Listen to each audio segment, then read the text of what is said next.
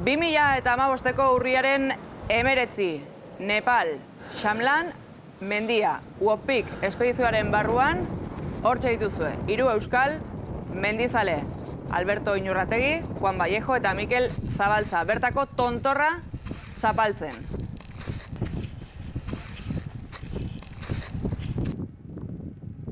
Eta ezin ziteken bestera batean izan, hemen Alberto Inurrategi, horietako bat dugu, kaixo eta zorionak portzerto bi aldiz gaur zure urtea dira eta. Eskerrik asko eta eskerrik asko.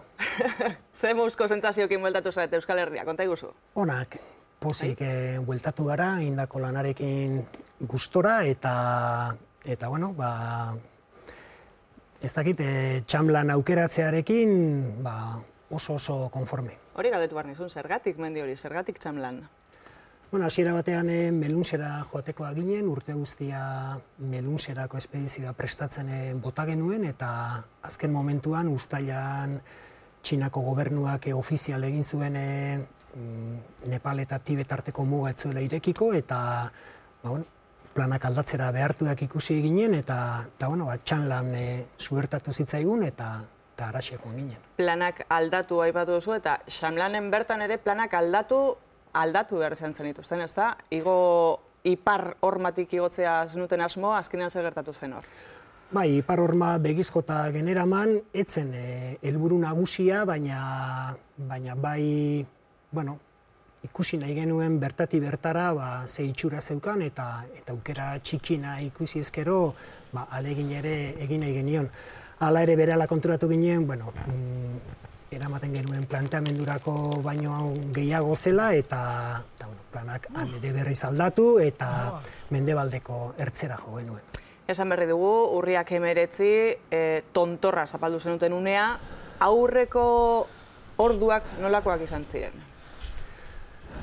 Nahiko zalantzaz beteriko orduak bizi izan genituen, haize gogorra, nahiko basatia izan genuen gauean, eta pentsatu genuen ez geneukala beste aukerarik bera jeistea baino, eta dena gero nahikola modu desordenatuan etorri zitzaigun, bera jeisteko erabaki hartuta genuela, halako batean berriz ere gora begiratu, motxila uztu, gailurrerako behar genituenak hartu, eta gora abiatu ginen, eta ezustean ere, haizea baretzera joan zen, eta azkenean, aukera polita izan genuen gailurra jotzeko. Eta baldintzak, ez da, beti aipatzen ditugu baldintza gorrak dituzuela aldamenean, estiloa, zeuena, arriskutsua ere bada, estilo alpinoa, ez da? Konpromisua altua da, zenbait pasartetan ezin da hutsik egin.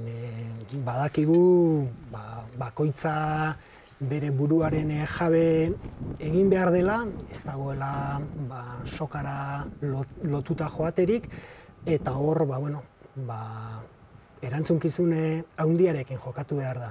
Horretarako dago prestaketa teknikoa, prestaketa fisikoa, eta ardura hori hartu behar da. Alberto, esan dugu, ez da, Wopik proiektuaren barruan beste helburu bat lortu duzuela, 7.000ko bat, urrengo helburua, urrengo erronka, 8.000ko bat izango da, baina ez dakit esateko moduan zaudeten, zein izango den, zein mendi?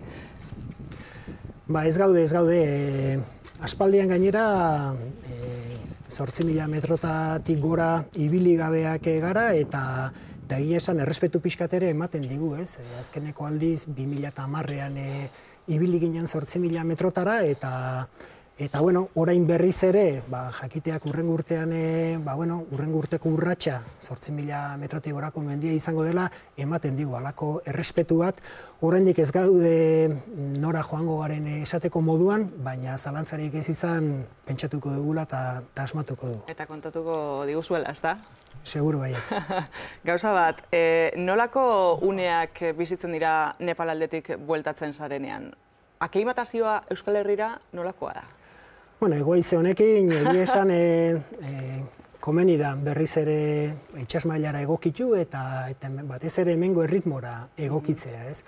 Kontutan izan mendian garenean, ordutekin nahiko malguak ibiltzen garela, sakuan egonaldi luzeak egiten ditugu eta hori etxeko dinamikan zaila izaten da, ez? Hortaz, bueno, naiz eta 2-3 eguneko kontua izan, behar da bai, egokitze prozesu txiki bat. Alberto, mila esker gurean izategatik, sorionak lehenago esan dizut 2 aldiz, eta hortaz, joan zaitez orain zure urteak behar bezala ospatzera, mila esker. Eskerrik asko zuei da ahaleginduko naiz.